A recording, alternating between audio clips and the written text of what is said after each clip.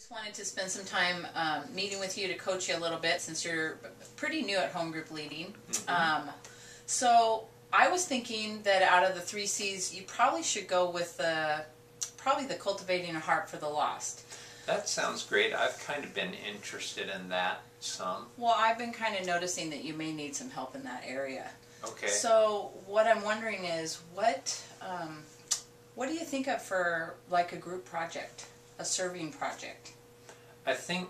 Oh, you know, they're going to do that thing at church on November 5th. That packaging the food meals together. It's really, our group did it last year and it was so fun. Let me tell you about it. First, we all got together and even the little kids could come and they could totally help planning it. And then afterwards we went out to lunch. It was a lot of fun. What do you think? I don't know. I was kind of thinking of something that was more on the street or, you know, mission oriented. Yeah, but this like is global. Downtown. Your group would really benefit from this because it's more of a global mission type thing. So, if you were to start planning that, what do you think you would need to do? For a global mission type thing, I don't know. I guess maybe we could figure out how many people are interested in that and want to go to it. Well, here's what I recommend. Since I've done a lot of planning, here's what I would advise. First, you need to get someone to kind of do the PR piece and get the word out to all the people. And then you really need someone who's willing to sign people up online because that would really help us on our end to know how many people are coming. But what if my people aren't interested in that? Well, you know, you really need to lead here. Okay. Okay, time out. That is an example of a really bad coaching session. And we're just having a little bit of fun with this.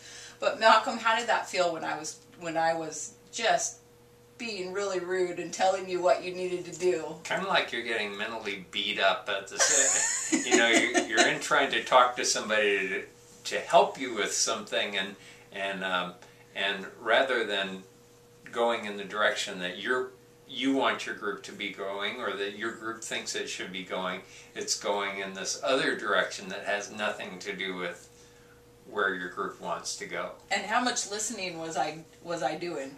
I think she heard about 4 words that I said.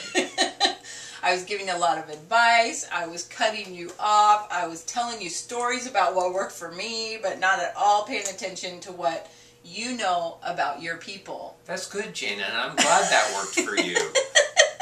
Okay, let's backtrack a little bit and let's do it the right way. Okay. So Malcolm, you've said you wanted to help your people cultivate a heart for the lost. What would that look like for your group?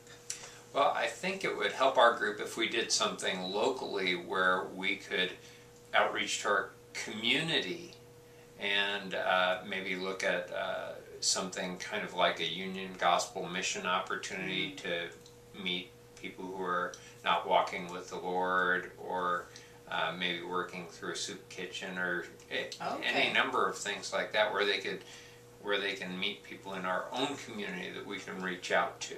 Okay, and as you did the kind of the goals and visioning with your group during your first couple weeks, did you notice any real heart or passion coming through your people, any threads that were common in terms of who they'd like to serve or in what capacity that they felt strongly about? Mostly I noticed that there is a little bit of concern for people who are down and out and have problems with dependency issues, maybe some alcohol addiction or things like that, need counseling, but not a lot of real firm, I want to do this as far as outreach. I think we've got to get them to an outreach where they're going to feel more inspired that they can have an effect in the community and that they're going to be comfortable with that and take that risk. How would you go about finding out some specific opportunities that you could present to your group that deal with those types of people who are down and out? I think we have to talk more about it together in a way that within the group that is going to look at not just their ideas of wanting to help people like this, but where they would feel comfortable going. If we could present some different scenarios to them, that would be opportunities for them to serve, perhaps, and maybe start looking at dates and locations, what it involves in dates and locations, we could do it.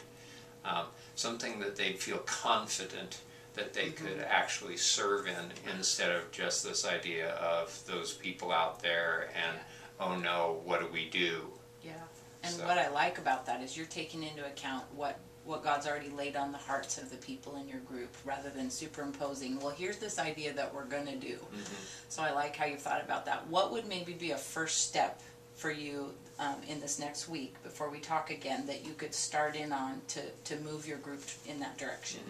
Well, the first thing would be to look at some options myself, and to maybe bring those before the people, find out what other opportunities there are out there. I can ask around to other people who have done projects like that in the church, or maybe in the church leadership.